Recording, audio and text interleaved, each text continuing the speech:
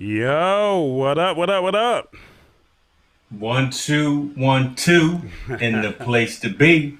What's up with you now? What's happening? You know what it is. It's the Atlanta Hawks. You know, it's time for us to go ahead and See, believe, as they say.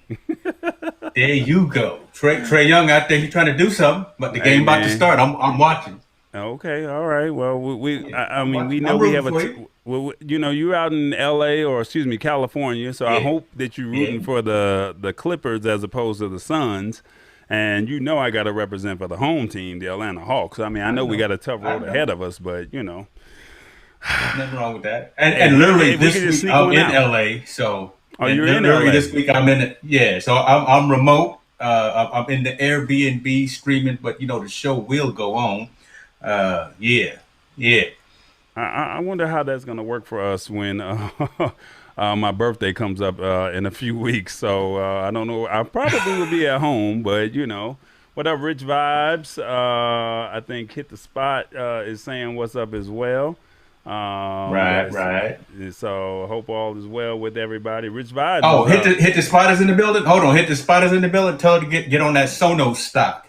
Bam! I just picked up some new Sonos stock because it's a stock. Stash It's a party stash stock already? It's party. early already? Bruh, it's 5 o'clock on the this. It's not. We don't play with the money, brother. We don't play with the money. Get that Sonos stock today. I just picked mine up, so the show may continue now. Okay, well, you know, look, I'm already loving Rich Vibes. Talking about peace up, A Town. Oh, see, there we That's go. what I'm talking I about, got Rich love for Vibes. him. That's I what I'm got I talking got about. love for him. Look, Rich, I might you getting on my good side, man. You already know. I love it. I love it. And then here's Hit the Spot tomorrow, 8 p.m. on the dot. I'm already on it. On the So dot. that's what's up, man. So you ready to talk tech? For the ones that were with us last week, I want to first and foremost apologize for the issues that we had last week. It was something that was out of our control. I was highly frustrated because I know that they were ready to crack jokes on me because they were like, "Hey, man, you got your PC stuff ain't working, and you know you got Ain't us working. Ecam and us Mac guys over here. We ready to go in, and then unfortunately, you know when they tried to get in and do their thing, we still had problems over there as well. So I do apologize. It was out of our control, thank God, because I was literally getting ready to beat myself up. Like I didn't invited the guests. And then not only did I invite the guests, but I can't even get the stream to go right. So it was rough, man. It was really Listen, rough. hey, you know what? It's water under the bridge. But look, there are more issues with live streaming because we're doing so much together, right? We got internet connectivity, we got different technology, PC versus Mac. We've got NDI, we've got bandwidth, we've got latency. There's a lot of things that have to go into making sure that a live video stream goes over without any hitches. If it goes over without any hitches, that's the anomaly. We expect some things to happen and go wrong, and then we just move and we grow from it. So I Man, love we it. I love it. look. Rich Vibes is over in the UK, and he said he stayed up and he tried to support the home team. I know Hit the Spot stayed up. Well, she actually tapped out on us, and then she came back, and then she She tapped gave out on up. us She gave again. up. So, She so said, "I'm through with y'all trifling." I definitely want to just say thank you also to Mr. Hicks Sr. Yeah, I know he was Oh, over there trying to stay with us as well. So I yeah. definitely appreciate Hey, matter of everybody fact, who hey, got that. hey, hey, Dad. Matter of fact, I'm gonna give you a shout out. There's another package that's out at the front door, brother. If you can go pick, I got a press and sew package that This guy, arrived as you was leaving. Just this guy, I this know guy. I'm 800 miles away, but Mom and Dad are watching the abode. Oh my But if you can God, go this get that guy. package that's at the front door, I appreciate you, sir. Oh my God, this guy right here, That's my man. new that's my new Ecam hoodie, right? My new 2021 design from Preston. So that's out there at the front, and I don't want anybody to pick that up by accident. Shouts out to Gotcha. Preston. So going to have a meeting with them next week about stage 2 with the X New Media fashion line. Okay. All right. Well, I'll be quiet. I'll be quiet now. oh look. I love Dad already. You know, Dad is like Father's Day. You took care of me, so I got it already. And then Danke Shane, sir. Hit the spot 1006 said, you know, she doesn't like our new time change because she has to be at work at 6 o'clock in the morning. And so us pushing that extra 30 minutes up, you know, she wasn't too keen on that. So, I don't want to get you in trouble. We may have to talk about that. And I'm going to make sure you stay in good graces, though. yeah, there we go. There we go. So that's basically what it is. I was doing everything. We'll talk, Rich. We'll talk. Look, I was doing everything right but recording the show. So it is what it is. I'm going to start recording now. So let's go ahead and get into it. Yeah, let's go ahead and get right into it. You know, this is a story that we've already been doing this on Android, shall we say. And, you know, I've been, you know, we clowned you when we were talking about the difference between apps and Android and all that good old stuff. But, I mean, now it is officially here for you. And I'm happy to see that it's actually there. YouTube will bring picture-in-picture to iPhones and iPads. Basically, Apple added support for picture-in-picture video for iPads with iOS 9, and it brought it to iPhones with iOS 14. Since then, YouTube support for the features on iPhone and iPads have been spotty.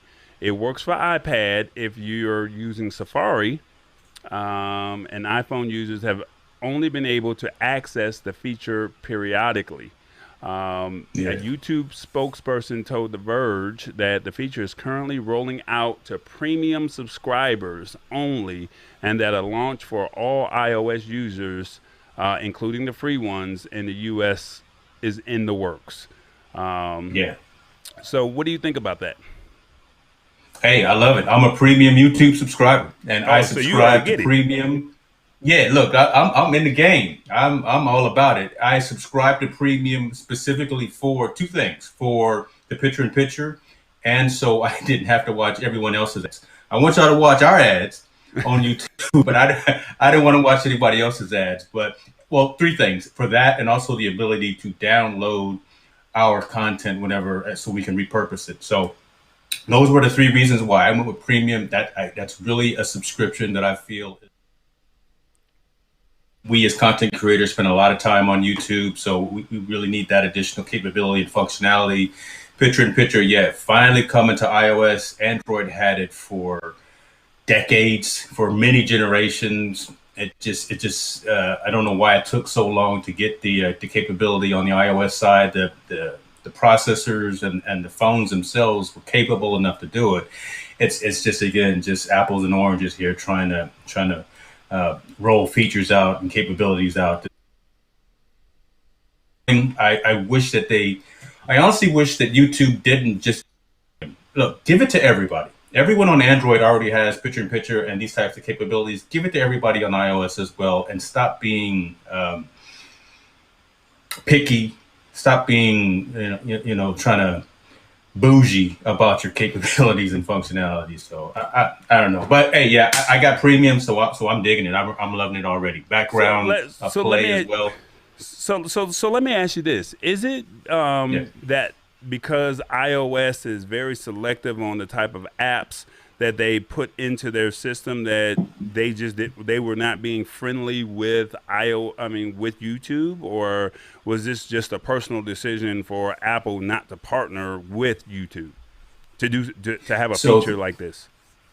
Yeah, that's a great question, right? And the answer is the exact same reason why iOS doesn't have widgets to the same extent that you have them on the Android platform, right? Your widgets on the Android platform, for anybody who has ever used Android, they're rich, they're multi-layered. The ones that we have on iOS are very rudimentary, very, very, very basic, right? And it's just the integration that needs to happen within the operating system and the application that Apple, I guess, either wasn't comfortable with, didn't want to open up those APIs and that capability. But now it's starting to get to the point where someone like a Google is adhering to Apple's requirements for integration with the operating system.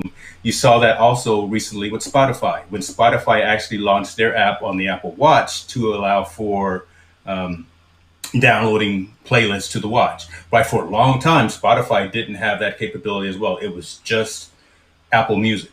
But again, these companies started integrating and working even closer with Apple and their APIs, allowing that capability. So Spotify and now YouTube allowing background and picture-in-picture capability. I only see this growing and getting more capable as time goes on. I don't know who would be the next app actually to do something like this, right? Because again, music and video would be the two that make most sense to me. But I don't know of an application that could benefit from this more than honestly those two. Maybe Pandora, right? I think Pandora also would be the next one for folks who have that as a music service. But you know. Let me ask you this. Rich Vybz says, why are they talking to the Verge and not the lab? That's very funny. Why do you think that they only highlight that. Oh, you want me to put it back up on the screen? Yeah, we're going to use that as a screen grab right there. Why do you think instead of just making it a freemium, for everybody, why did they only roll it out to, just only the subscribers of, what was it, premium subscribers? I think it's one of them bougie things, and I hate to talk bad about Apple like that, but it's again trying to be a premium type of product, a premium type of an offering. If you are already paying for the capability from you, I think it's an Apple thing. I don't think it's a Google/YouTube decision to only offer this capability to a certain number of users. I honestly think that this is Apple, and probably they're testing the environment to see if it breaks, right? If you're already paying for the capability of having background play, downloading videos, yada, yada, yada, all these type of things, then maybe you're more apt to be kind of the early adopter of this new functionality. It will eventually roll out, but I really think that this is Apple saying, let me test it on this subset of our users, as opposed to opening the floodgates to the millions of iPhones out there and the number of folks that are watching YouTube on those devices. So I think it's also an Apple thing as opposed to a YouTube decision. All right. Well, hopefully it will be sooner than later. Hopefully the common folks can get they some YouTube. Maybe by Christmas, if you have an iPhone, you'll be able to listen to this in the background, if that makes sense. So hopefully. So let the premium subscribers have it for the next 5 months, and then give it as an early Christmas gift. All right, let's switch gears. Shout out to us premium subscribers. Oh my God! And what is the premium subscription that you're paying right now? $11.99 a month. Oh, okay. Well, that's another subscription. Just go ahead. But again, I get YouTube Music along with that. So I get music and I get the YouTube no ads, background play, picture in picture. That's $11. $12 I'm willing to pay. All right. So let me ask you: are you you use DoorDash? You use Grubhub? I do. We use both of them. Really? So delivery apps like Grubhub and DoorDash are charging restaurants huge commission fees. Have you thought about delivery co-ops? What do you think of that? No, you turned me on the first time by reading this article, to be honest with you, and I'm not sure if I've heard of other options outside of those large providers, the Grubhubs, the DoorDashes, and the Uber Eats, things like that. But this is an interesting story here that you got.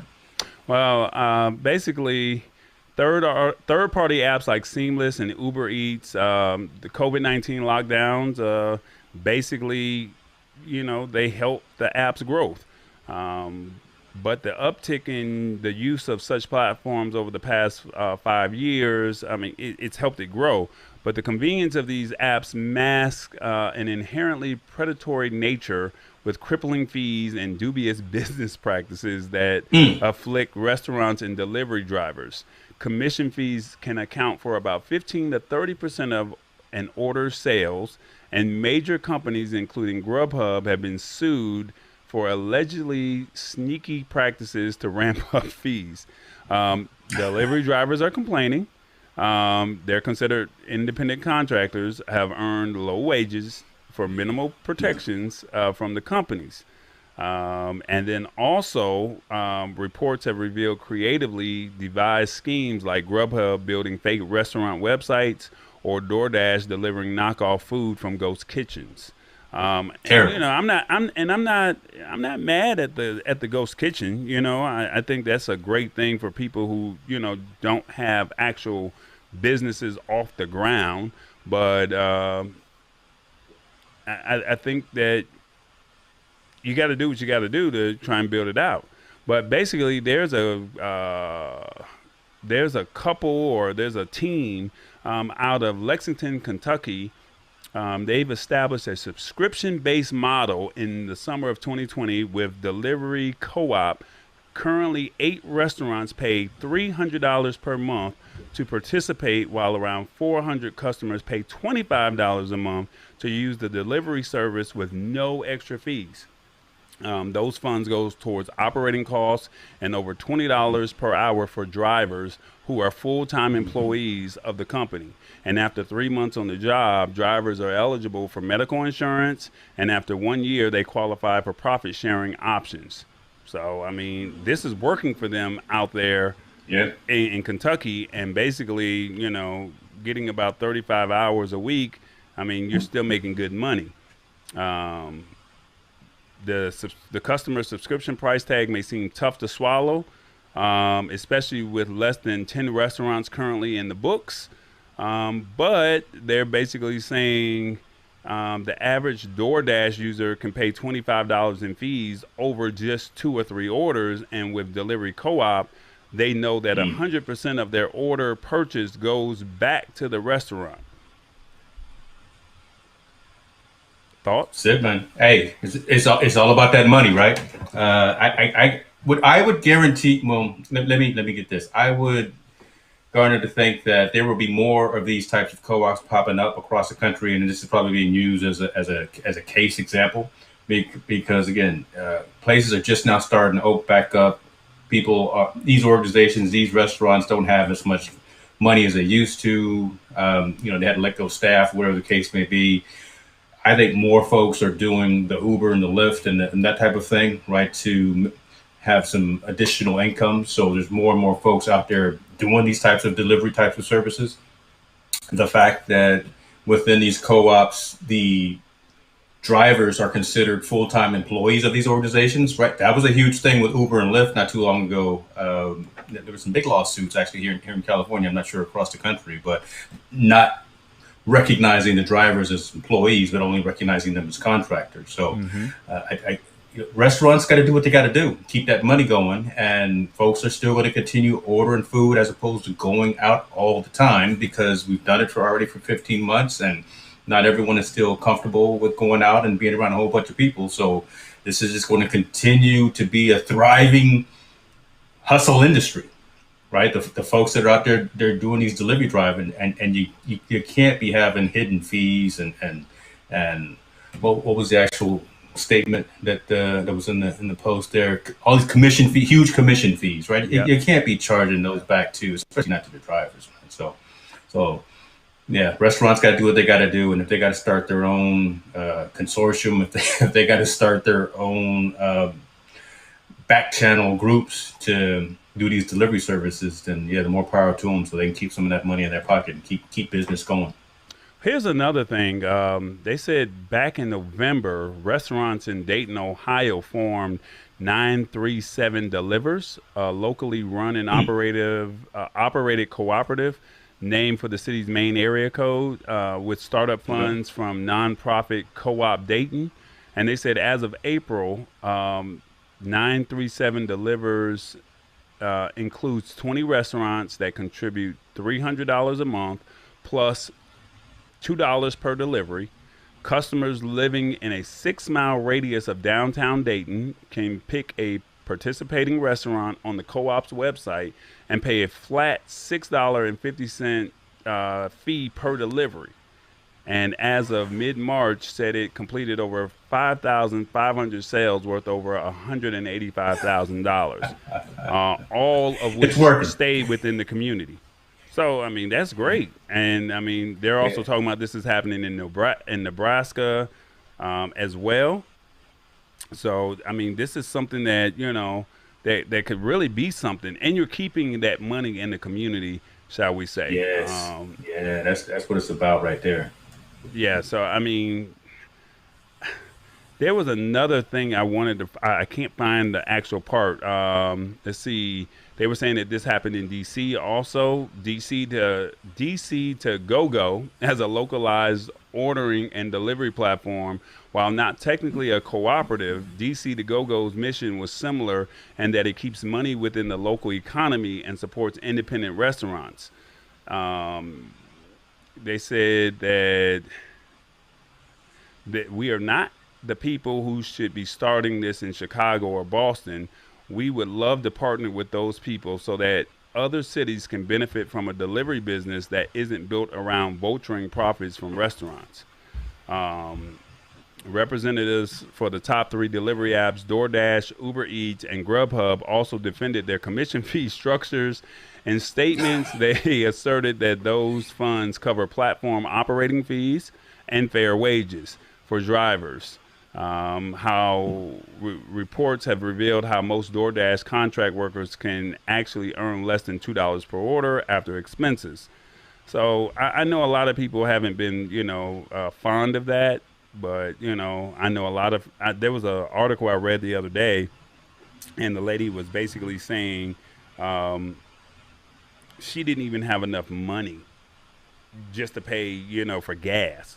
And it was like she worked 6 hours and didn't even have the money. So that's definitely rough on, somebody that, I think when Grubhub, I think all these startups are great when they first start out, but then it's like, how do we start making money? Then they start charging these unnecessary fees. And then it's like the company starts to get greedy and then the independent contractors, they start to lose out. To see Uber and Lyft work 3 to 5 years ago, maybe even 7 years ago, it was awesome. But the cab drivers were complaining, saying that they were pushed out. So, I mean, what do you do? I mean, now it's almost kind of like the old saying where the mom and pop stores, now you got urban sprawl, where Walmart came in, and now these big box retailers are saying stop shopping on Amazon because but you did the same thing in the early 2000s, So damn if you do, damn if you don't. Right. Let me see. What does Rich say? Rich says, if I want to tip the driver, fair enough. And I think a lot of these people have gone to the extreme as customers who order the food, they order the tip or they pay for the tip and then they, retract the tip. So now you don't even get the tip for driving, using your gas money. And that's dirty. Is that right? Oh man. Yeah. That's dirty. Yeah, because I pay for the tip in the app right before it even shows up. I give them the. But you can retract it if you want. I didn't know that. I wouldn't do that. But these people out here trying to get this money, man. They trying to get the hustle on like all of us. I wouldn't. God, that's dirty, y'all. But look at this here. Here in Atlanta, this is true. We have a shortage of workers. Can't get enough people to serve the food, let alone the driver. So I mean, just to be able to go to Waffle House now takes about an hour and a half. Right now, from personal experience, going to McDonald's and Popeyes, they have it to where you have to go through the drive-through. They just lock the doors because there's a shortage of workers. So, and then here's the funny one. 2 weeks ago, we ordered a pizza, and it literally took us 4 hours just to get it.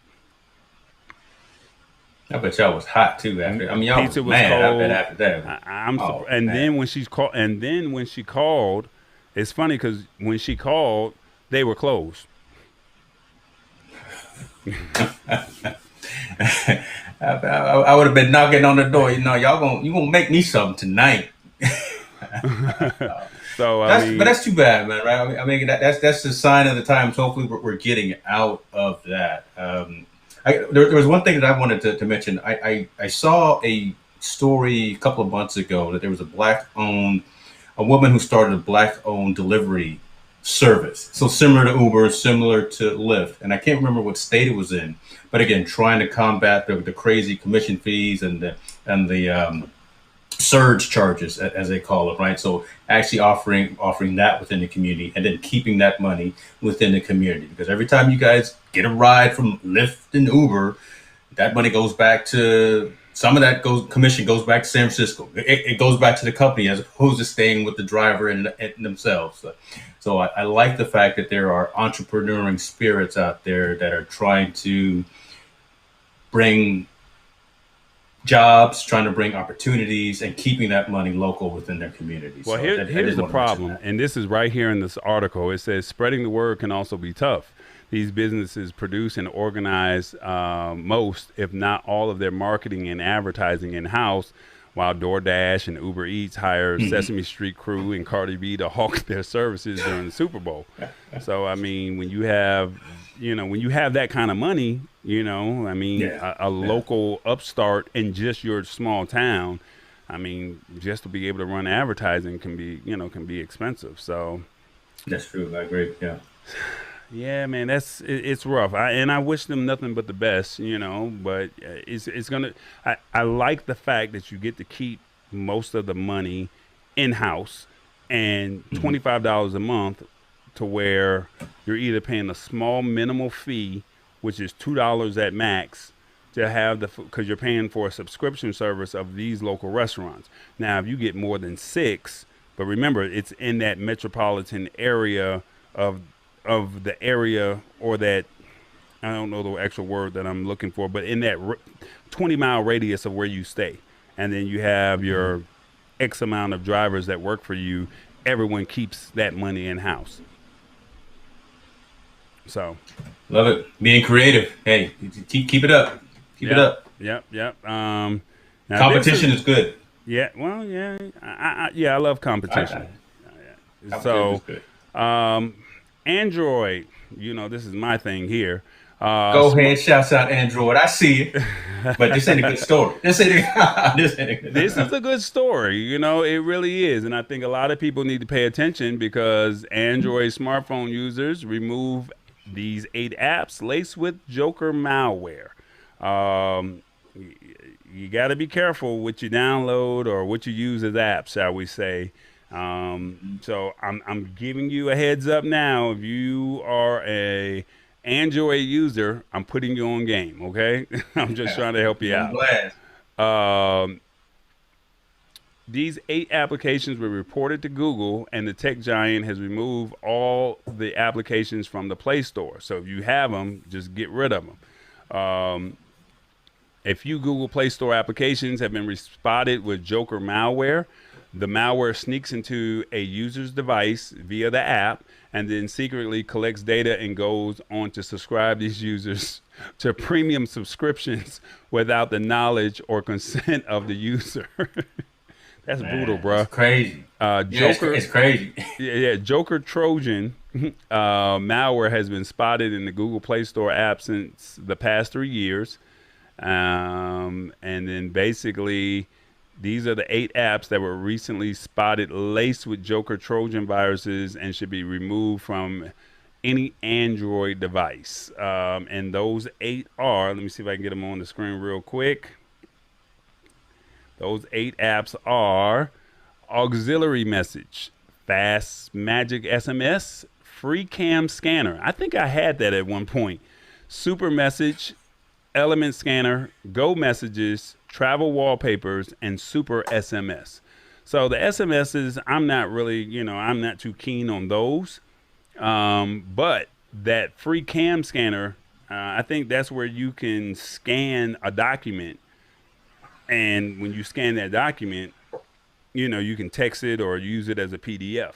And I mean, it's free. So quite naturally, you're going to pay for the free one before you pay for the $9.99 one. I mean, let's just be honest. But be aware, if you do have this app on your phone or any of the other ones, please be aware that you need to get rid of them, like immediately,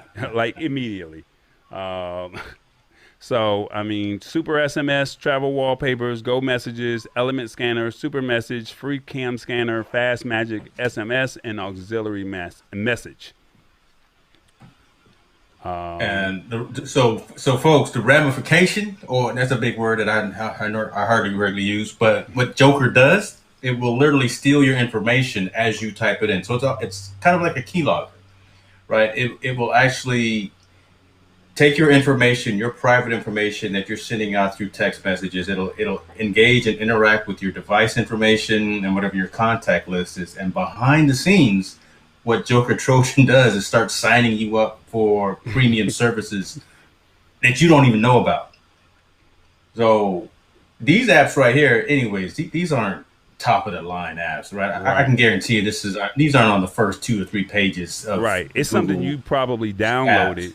Yeah, it's something you probably downloaded and forgot about, or said, let me see Yeah. what it is, let me see how it sounds, or let me see how it works, and you probably forgot about it.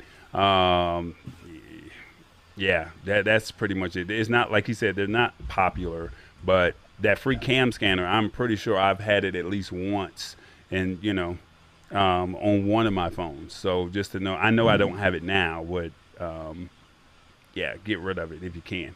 But Yes, speaking of Android, we gotta, let me see if I can find it.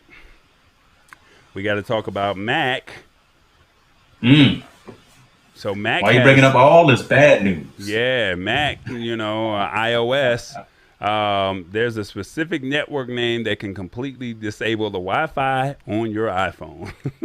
This is crazy, brother. So, this is crazy. So I don't know if you were bold enough to try this. I don't know, man. I will. I will. So there's this? I am. So there's a and you can show the story. There is a uncommon Wi-Fi SSID that you can try to join.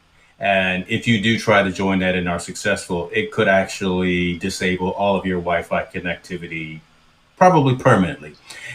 Look, join your own Wi-Fi network first. Don't be real cautious of public Wi-Fi, and don't type in this crazy looking one.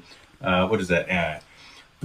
What is that? %P, %S, something that looks crazy like that anyway, that looks cryptic anyway. Don't join that. But I, as a cowboy coder, early adopter, tester, technologist, I will actually try to join that network and see if I can brick my iPhone, just to come back next week and say, don't do it, because I did it. You want to do it now? You want to do it now? No, brother, because that's how I'm pushing NDI from my phone right now to get this screen. Oh yeah. Hey, look, this stream is going very well outside of me, forgetting to press the record button at the beginning. So yeah, don't mess nothing up now. I don't want nobody saying, "Tall boy, man, you doing too much." Yeah. I'm not pushing any buttons. But what's nice, again, I'm coming NDI off my phone right now. I'm using Ecamm so I can actually zoom in a little bit, because I didn't like coming in naked. But and then the stream is doing what it needs to do. So again, technology, we're doing a lot of things. We're doing a lot of things here. But I'll just say, wild Wi-Fi networks, SSIDs that you don't know, don't just go out there and start joining them and trying to connect to them. It'll show that it's an open network.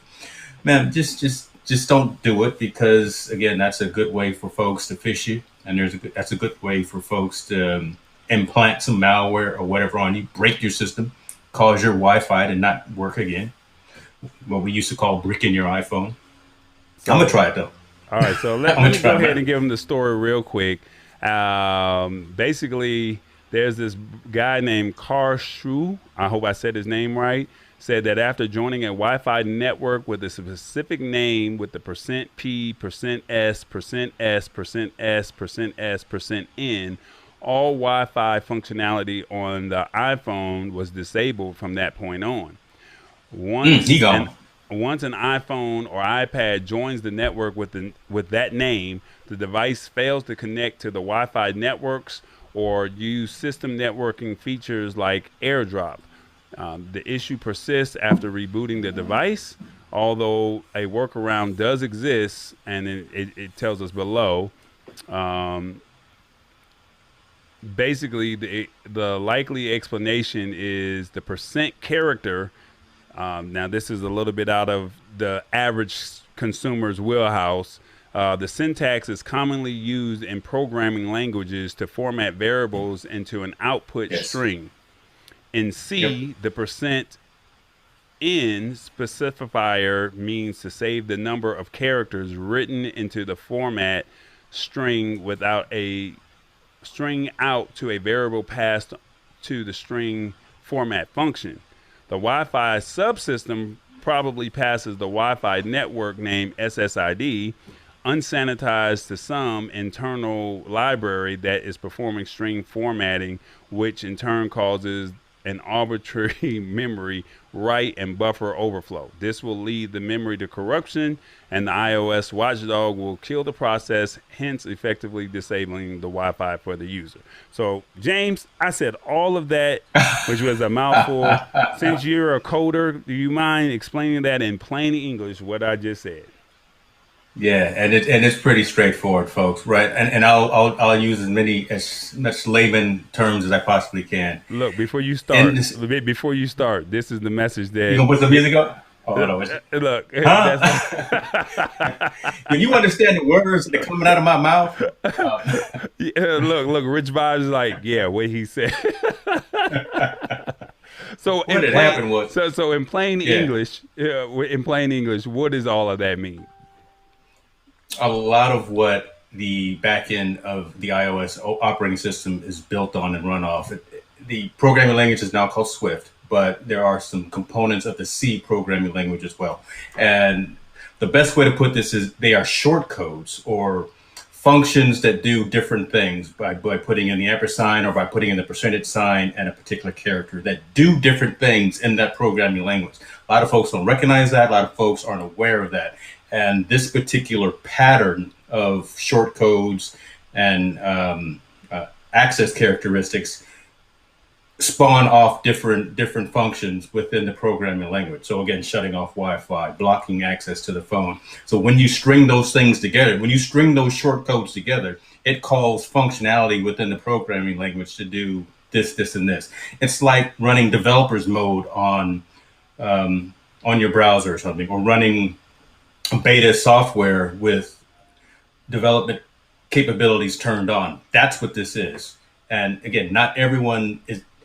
The majority of folks aren't even going to be touching this, but it's the folks that are just trying to live on the edge or think that they're trying to be slick or trying to be ahead of the curve and fancy are going to use this type of characteristic. But that's essentially what it is. It's short codes that are within the operating system and within the programming language that when they're strung together, they cause the operating environment to do certain things. And this particular string of syntax caused his Wi-Fi to be shut down and you to break your phone. So don't do it. So basically, don't do it. As she says, never mind. Just see don't. That? Right, look. Y'all on the same page, man. I love me some. I ain't mad at you. I love me some Tammy Chambers. I'm gonna say it online. Oh yeah. Man, that is hilarious. Oh man, y'all are hilarious. So basically, it says, nevertheless, if you are somehow affected by it. This bug does not appear to permanently damage your hardware. You should be able to reset all network settings and start over. In settings, go to general, reset network settings, and then this resets all saved Wi-Fi networks on the phone, and as well as your cellular settings and VPN access, thereby removing the knowledge of the malicious network name from its memory. And you can then join your standard home Wi-Fi once more. So it's a pain to have to go through that, but it's actually really straightforward to reset the network settings. But then again, you have to go in and re-update your SSID or your network name that you always use. So just don't join any networks that you're not aware of, folks. Yeah, if you do. Go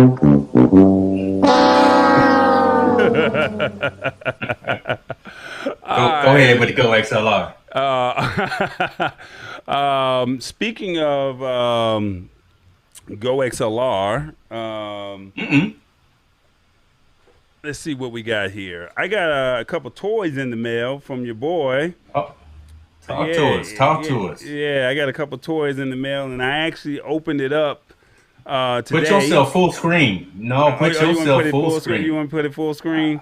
So, yes, Mr. Floyd, who was our guest the other day, 2 weeks ago, he sent me some goodies, I thought he played me a little bit to the left, but he actually did right by me. I called him a couple times, and he said, it was Derek still Floyd is a down good there. man. It didn't get processed, but I got you.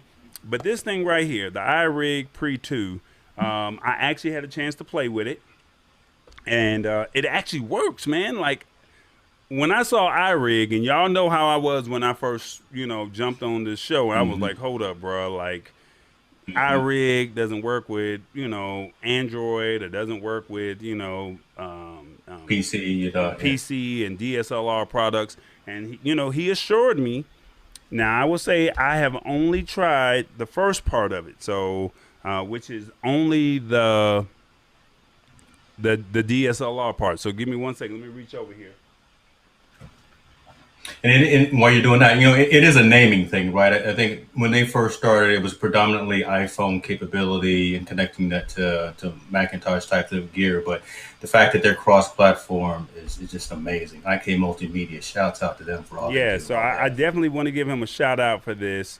So this is the actual device, and I plugged it in, and it even came with the batteries. So I was really impressed. Let me see. Can I get it to focus? There we go. The iRig 2. I actually called him right before the show, and he said, man, I'm out having dinner with the family, and I hope this is important. So I said, hey, man, I can't get your stuff to work. And he said, well, what's wrong? And me not thinking, I had a brain fart. I literally took my microphone without an XLR cable, and I tried to plug it in, and he's like, hey, Tallboy, you got to use the XLR cable. And I was like, you know what? I just had a brain fart. I do apologize. I'm so sorry. Go back and enjoy your meal with the missus and the family. And I plugged this thing in, and it worked immediately once I put the batteries in, plugged a pair of headphones inside of the iRig 2, which my camera does allow me to plug inside of the side of my camera. I do have that capability. But it does have a headphone jack. I don't know if you can see it right there. Come on, it should focus. I don't know. There it is. It should focus. So there's the headphone jack. And when you turn it on, you have a gain on this side. And let's see, I don't think it's going to, there it is. It has the gain, and you can actually turn up the volume, and you can hear it in the headphones. And then also on the other side, it has a monitor that you can turn off and on, and you can also level your headphones to be, from as high as 10 all the way down low to 1. So it actually worked. I tested it. I'm going to use it hopefully this weekend, and I'll be able to report back to you and let you know what my thoughts were. Of actually using the iRig. And the cool thing about that is now I don't have to get an adapter. Man, I always lose these adapters with my XLR, the 3.5 millimeter jack. It's so hard to find one of these rings with the with the 2 rings as opposed to the 3. So these adapters, you lose these adapters all the time, so you have to have 5 or 6 of them on deck, and you just unplug it. It may fall, it might roll around, and by the time you get back home, you're like, I lost it. So knowing that it has this type of capability, this box or that iRig is pretty huge. You're not going to lose that part right there. So I just definitely wanted to give a shout out over there to IK Multimedia, which is the iRig Pre 2, and then the other one, the other one that I got was the iRig Video Creator Bundle. Oh, nice! So this is the one for the creators. It comes with a mic lav, LED ring light, and it also comes with the tripod that you can put the cell phone inside of it as well. And you can actually do all your creation from all from this one bundle. So I don't know if I should do something with it, or maybe we could do it as a giveaway. I got to talk to Derek and see what we can do. Maybe we can do it as a giveaway for 4th of July, or for the end of the summer or something like that. Maybe to help us get some more followers, if that makes sense. So. Yeah. Yeah. So was the light included in that one as well? Yeah, the light is included. I haven't opened it up yet, so but Okay. it does say in the box, this is what comes with it. So yeah, I That's a definitely. nice whole kit that you got there for mobile content creation, Yeah. right? So when you get back out there in them streets and you're doing your events mobile, when we go to Vegas in January, Well, right? I Now don't now think. you've got your pre two, well, at least the pre two, Yeah, right? the pre-2, yes. Yeah, yeah. Um, Little delay keyword there. yeah, there you go. Well, the pre-2 will definitely go on the road with me. Yeah, yeah. This, let me see if I can get it going. There we go. So yeah, follow us on Instagram, Twitter, and Facebook at the Lab Tech Show, and maybe we'll find a way as we build up our followers, we can pick a random person, you know, pick a random person. I got to clear it with Derek and see if we can do this as a giveaway, and then hopefully that can help build our followers up and get more people aware of what their products are all about. What's up, I like Priscilla? it. Hope all is well. Uh, let's see. There she is. She's like, "Hey, y'all," and then What's going on, huh? Turn it up Tuesdays. Wasn't that what it was? Turn up Tuesday. Man, I missed that. I Old missed school them. Tuesday Old turn up. school. Yeah, old Bro, I school missed them Tuesday. shows. Like, you need to bring them back. She need to bring it back. I Work think it she has out. one coming up on the 16th, if I'm correct. Man, that's a dope show. Yeah, really good show. So if you haven't had a chance, go over to YouTube once this show ends and go to Old School Tuesday Turn Up. Yeah, wait till we done Yeah. rambling. Wait till Wait till we're we done. done and then go over there. Hilarious. Let me see. She said something. Hold on. Let me see if I can find it real quick. Anyway, you said you're on vacation this week and you did the show?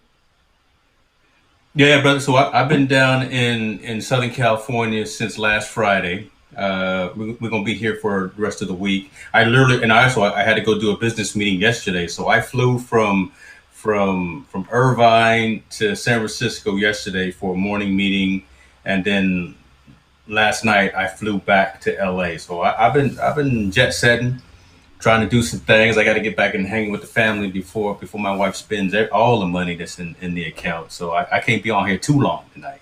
Right, I, right, you right. know, I've been given a pass for a couple of hours, but I don't. Well, I definitely But appreciate yeah, that. yeah, I definitely down here appreciate kicking in, relaxing. No worries, brother. This is all family too. So this is what we do. it. Testing technology too, remote. So I'm not in the studio. You running the show from vMix, and again I'm Wi-Fi, which is a bad thing, but it's working right now without any problems, and using NDI on my phone, which is really cool. Look at this one over here. She can't even. Come on, She, come on. yeah, it's gonna be Southern California. So Southern That's where I'm California. at right now. Come on, come on. And then Priscilla is over here saying she got some good people coming. And then Nice, if you want nice. to know, just once this show is over with, go search Old School Tuesday Turn Up, and you can check out some of the previous shows.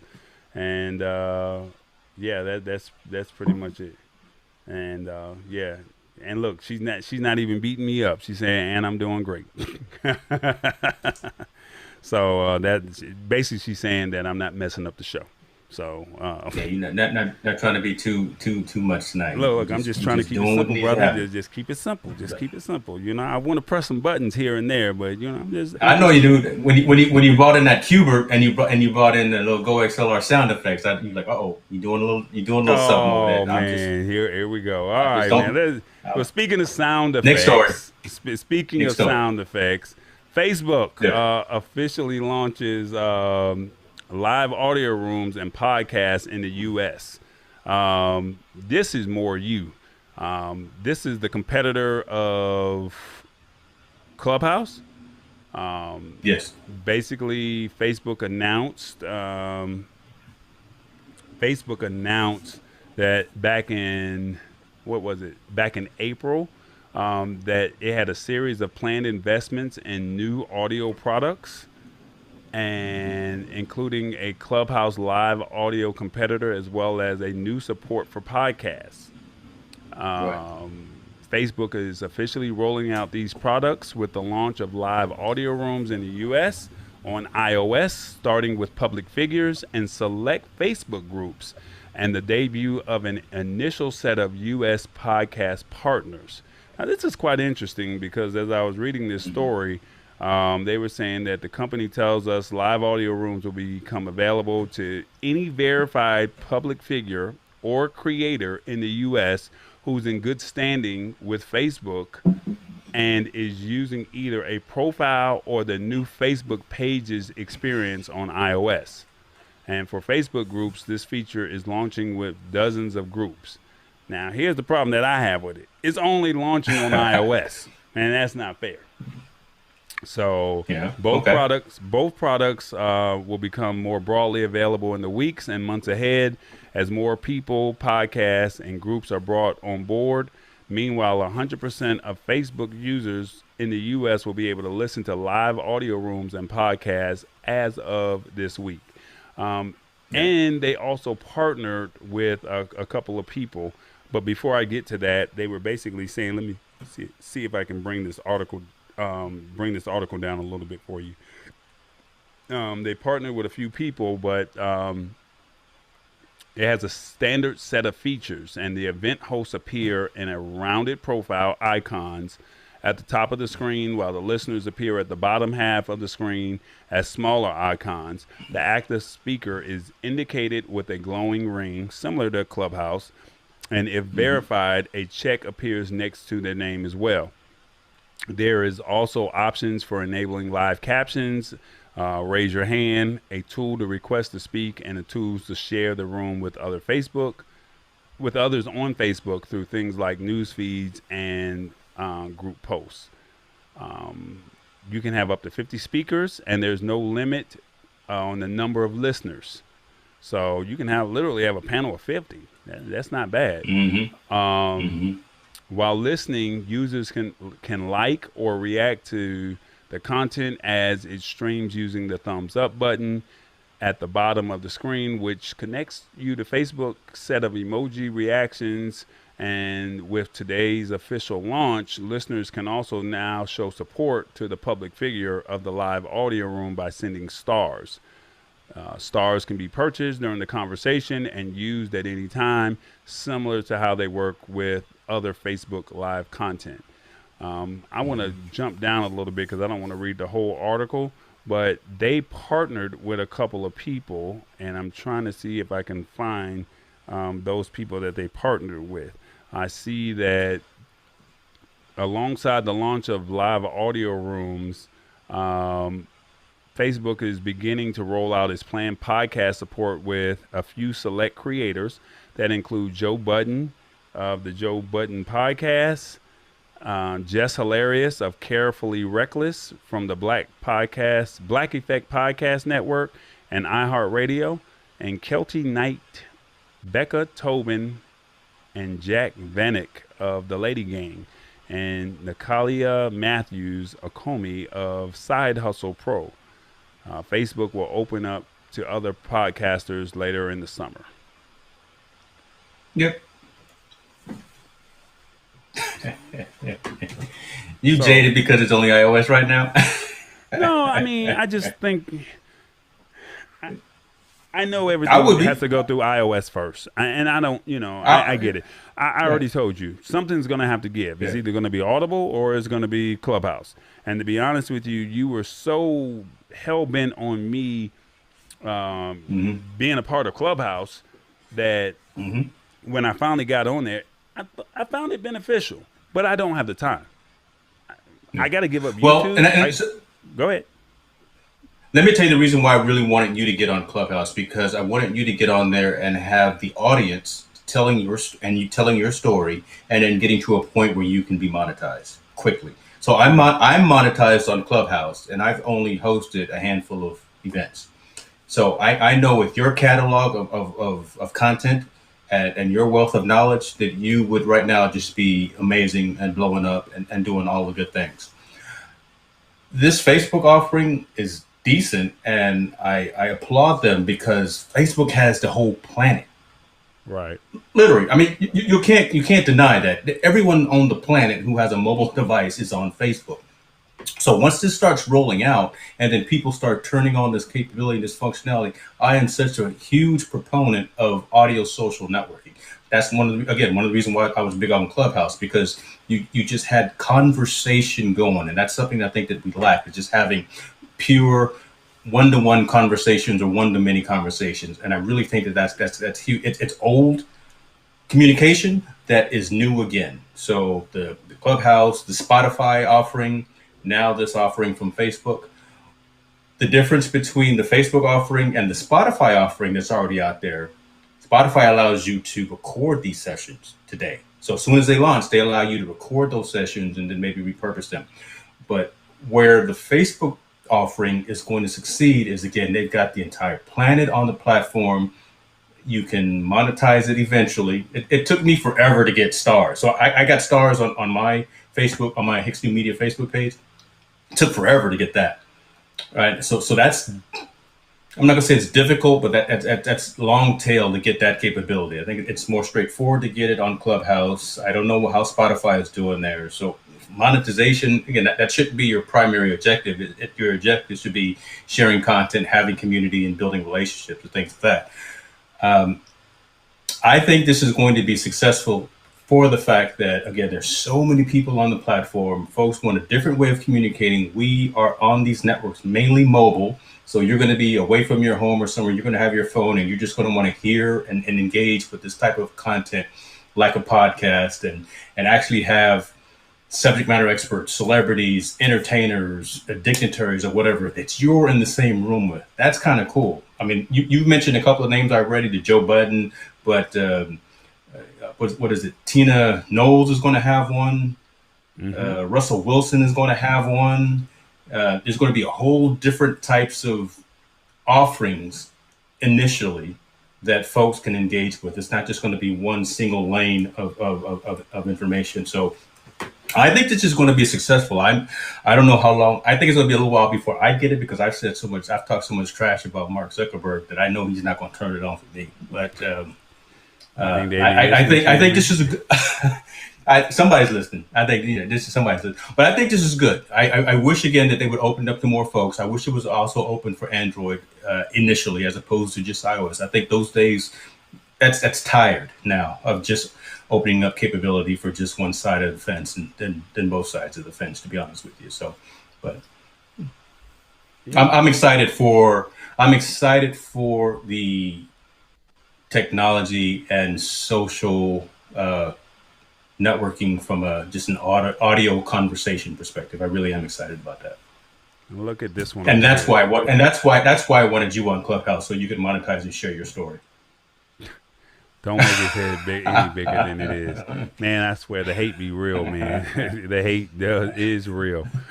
Like I said, it's hard. I mean, I get where you're going with this. It's like, tell your story. And I don't know if me being on Clubhouse or even these Facebook audio rooms,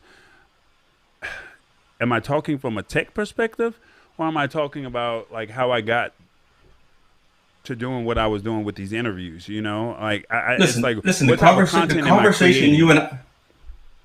conversation you and I had last night about your story, the how and why of the Tall Boy experience. That's a valuable story that can actually help someone who's new in these content creation streets.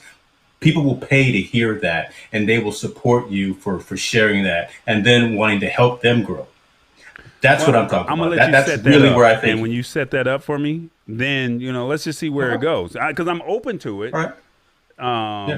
I'm open to it, but it's just, how do you, piece it together to where you're not long-winded and you get to the point, and and you are giving tangible points to where people are saying, hey, you know what? I got some value out of that. If you can help me set that up, I'm all for trying it, because I mean, me, iOS and Clubhouse was not going to work. So when it came, I said, all right, let me jump on it. But then after that, Clubhouse is on Android now. Right. No, Clubhouse is on Android now. So what I will do, and so you hear it here first, folks, I'm gonna set up a Clubhouse room where we will talk about this story on Clubhouse. It'll be multi-platform, and I'm gonna set it up for next week.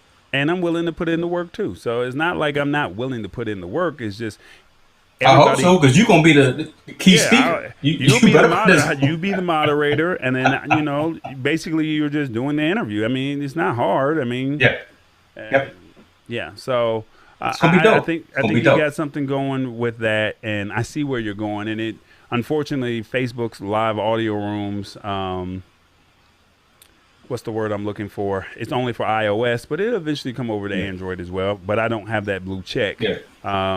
Shout out to the few people who got me over that 5,000 mark hump on YouTube this past week. I definitely appreciate that because yes, I actually made it over 5,000 followers, and it's a milestone. But congratulations, it's discouraging for me because I've been doing this since 2009. And when you've been doing this since 2009, you would think that I would have more than 5,000 followers with the type of content that I have. No, don't look at it like that. I got to cut you off, brother. No, it's a journey, brother. It's a marathon. No, brother. No. Yeah. Relish that community that you built. Yeah. No. I appreciate this community that supports and watches, and they go through and watch the videos, and they're like, hey, this guy really has some good stuff. I mean, I definitely appreciate that. But I just felt that from 2009 to now, the journey would have been much more farther than where it is. But I receive what I have, and I'm humbled because I know each person that follows and subscribes to my work, they understand that it's a real grind. I'm not paying for followers. Yes. I'm not asking people to, do some things illegally that they're not supposed to do with my show. With my content on my channel. So I know that those 5,000 are 5,000 organic people. So I'm definitely supportive of that. Go ahead, take your flowers while you can. But and hey, I'm trying to get to my goal for June. I just need 3 more.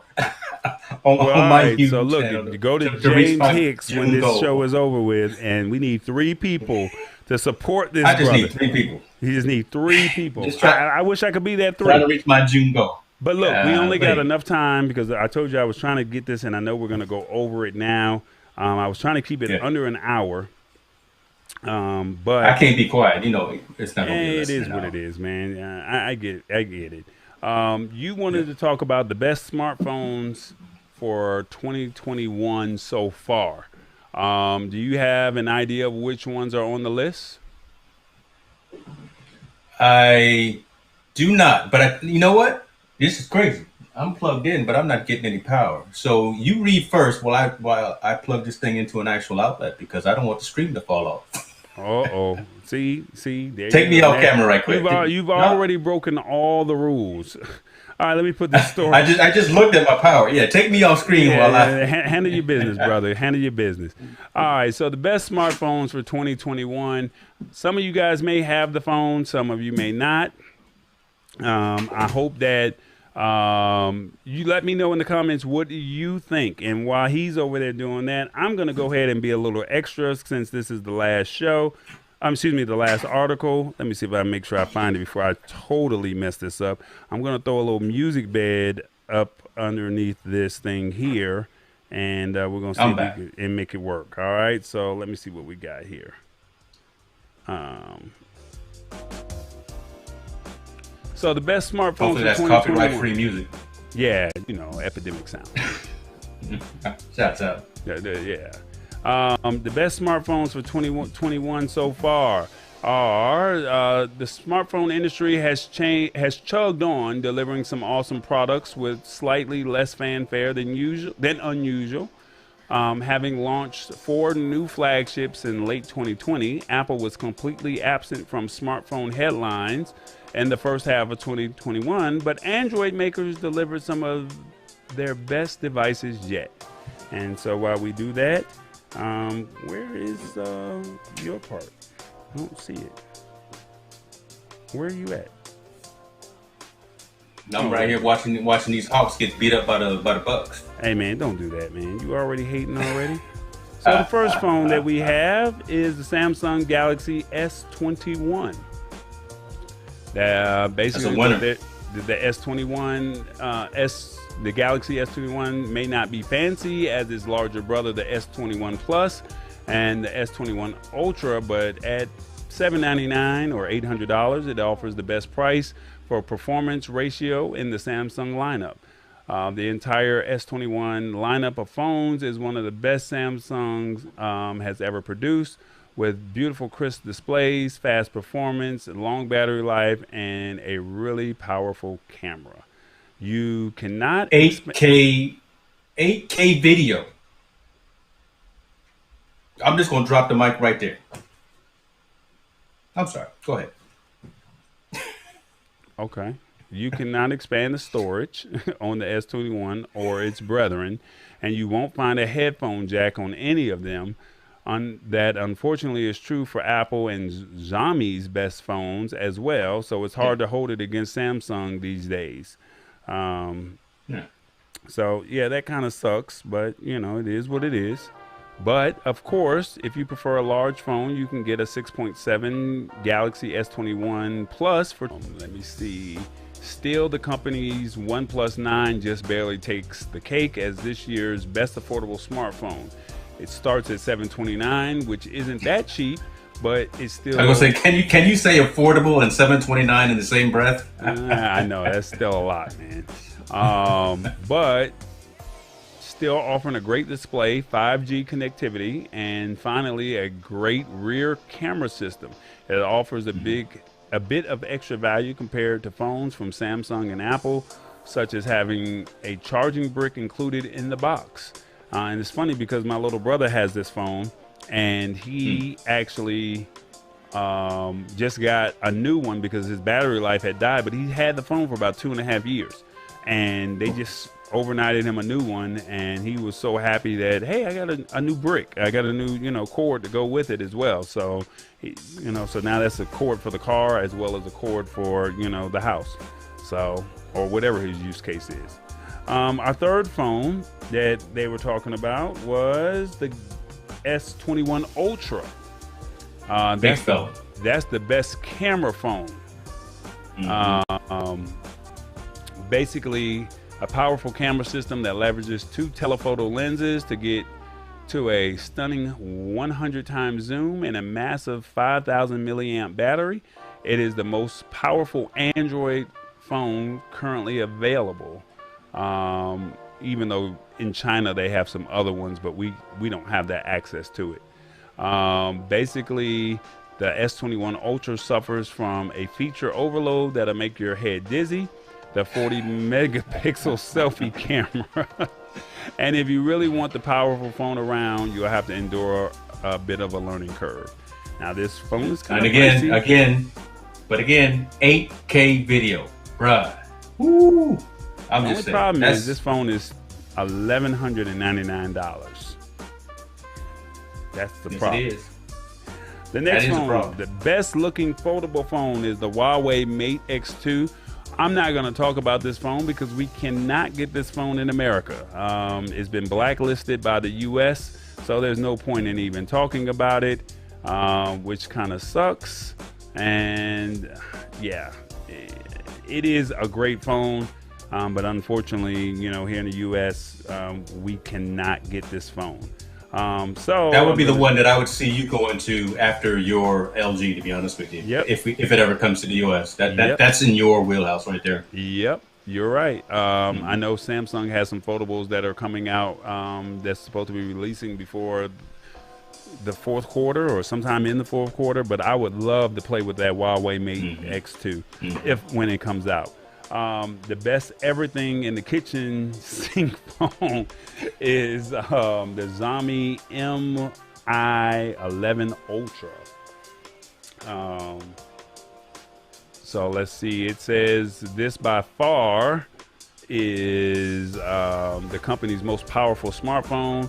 Not only does it have a massive 6.8 AMOLED display with 120 hertz refresh rate, a Snapdragon 888 processor, and a 5,000 milliamp battery. That's a big phone.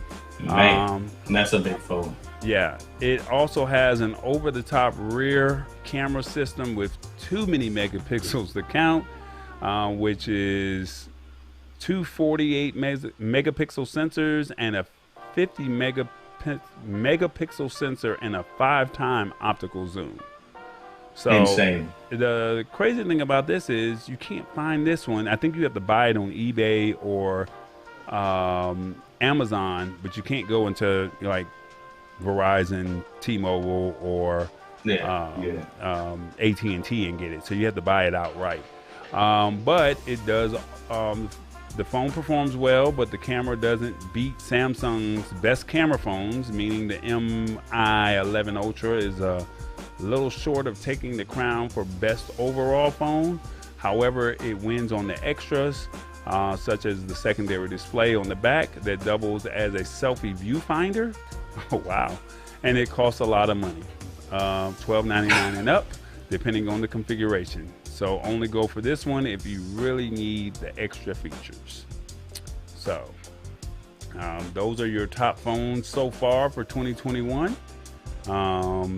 James wanted to see, do you have any of these? No, you're iOS, so yeah, you didn't even make the cut. Well, and this was no shot. Well, no, no, I am. I brought this up because I still have that LG Wing in my cart at Verizon because I do want to have both platforms, and I'm leaning towards getting that S21 Ultra after I hear what this next iPhone is going to be, because iPhone is so far from having 120 hertz refresh screen that I think I'm gonna go with the Samsung S21, honestly, to use as my go-to camera.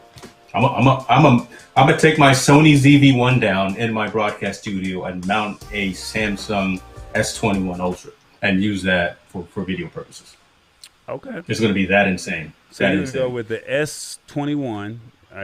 You're gonna go with the Ultra, the Plus, or the regular one?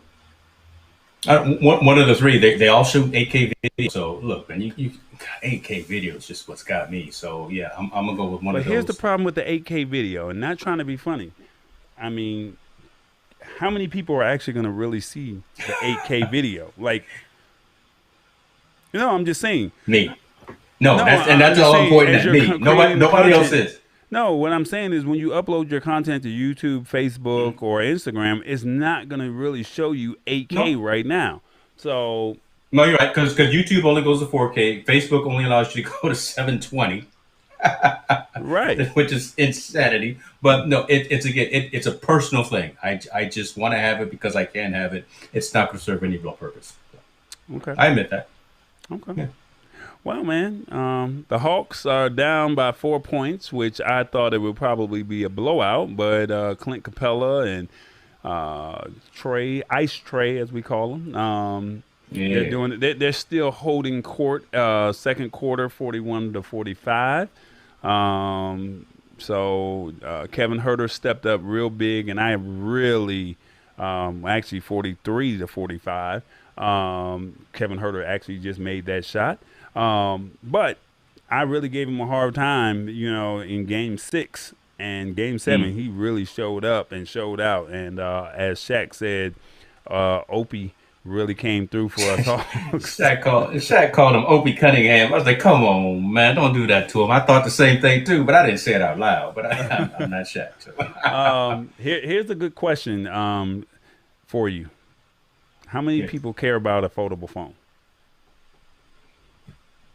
Nobody cares about a foldable phone, to be honest with you. I don't think anyone cares. And that I probably shouldn't say that. I don't think that's at the top of the list when people consider a mini computer that they have in their pocket or in their purse. What they really care about is a great cellular network. So hopefully on 5G, so they can have clear, crisp sound and call quality, and also the camera. That's all we use. That's what we use our phones for. Video and photos and clear sound on our calls. Folding capability is just more of not even a want. It's not a need. Obviously, it's kind of over the top. I don't think many people are using that as a purchasing criteria. To be honest with you, the folding capability.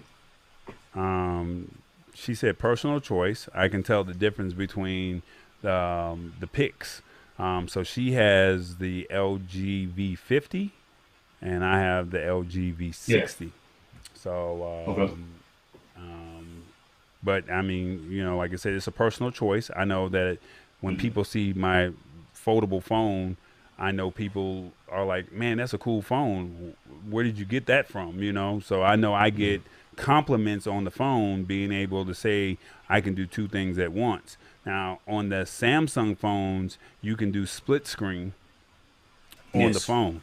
But I mean, it's nothing like having a 6.5-inch display or a 7-inch display, that you can do YouTube on one and you can be checking your email on the other, or you can be watching a full-length movie and just, prop it up, or, use both screens. So, I mean, outside of that little gap in the middle of the phone. So, but, to each his own. For me, the price for at that time I got it was $8.99, and I think now it's retailing for $6.99. So I mean, I got a great phone under $1,000. So I mean, and you got to think the S21 was going for $9.99 at the time. At the time that the LG V60 came out, the iOS Apple, whatever, the 12 or the 11. They were going for $9.99. So for LG to have a phone under $1,000 and it was a foldable, I mean, that's a good look. That's a good look. I mean, you can't. It's too bad that they don't make phones anymore. It's too bad. So it's sad because, like I said, I have to figure out something within the next year before the support ends. But I think this phone I may just keep and just retire and just say this is one of the best phones. Hopefully I don't crack the screen between now and and my my next purchase. So yeah, so definitely. What's up, Robert Lee? He basically said he says he has a iPhone XR for work, but Google Pixel 3a XL for home. So I would definitely like to see how that Google Pixel works for him. But if I'm correct, he gets Google Photos for life with that Google Pixel. Uncompressed, full resolution. That's a huge thing right there, especially now that we're all looking for different carriers or providers for our photos because Google shut down the full capability for everyone else. Yeah, and he gets Android before everyone else. Yeah, that's true. Well, it's another week, man. We did it. I ain't mess up. I did my thing. Did your thing. You were out there on vacation. You need to go on vacation a little bit more often, man. That's all I need to say. I need to be out there in these streets a little bit more. A little bit more out in these streets. So so please make sure you guys check us out. I definitely would appreciate it if you follow us on Instagram, Twitter, Facebook, at The Lab Tech Show. We're trying to build up those social handles. We need to do a better job of posting more content on those channels. Right now it's just the promo of The Lab, but we got to start posting articles or something like that. And so that way we can start providing more quality content on our socials. And I think we're going to probably keep our respective YouTube channels as the show, if I'm correct, as opposed to building it out from scratch on YouTube. I don't know. We'll talk about it over the summer and we'll see what we can do. So, but yeah, make sure you follow us. I definitely would appreciate it. And next week is the 30th, the last day of June, and it'll be a Wednesday. And we'll close out June one more time with me doing my thing. And then we're going to switch over into July with you running Ecamm. So enjoy your vacation, my brother. And until next week, it is what it is. I'm going to go root for these Hawks. And we're actually right now 46 Atlanta, Milwaukee 47. So we're right there. So I'm looking up, and Trey is on the ground. So I don't know if he want to look. Oh, he just got clotheslined in the neck. You don't want to watch the TV. Okay, well don't hate on me, but we just gonna say go Hawks, and if we can just sneak out one win in Milwaukee, we might have a shot. Yeah, that's all I'm gonna say. Good luck with that. Boy, the hate is real. The hate is real.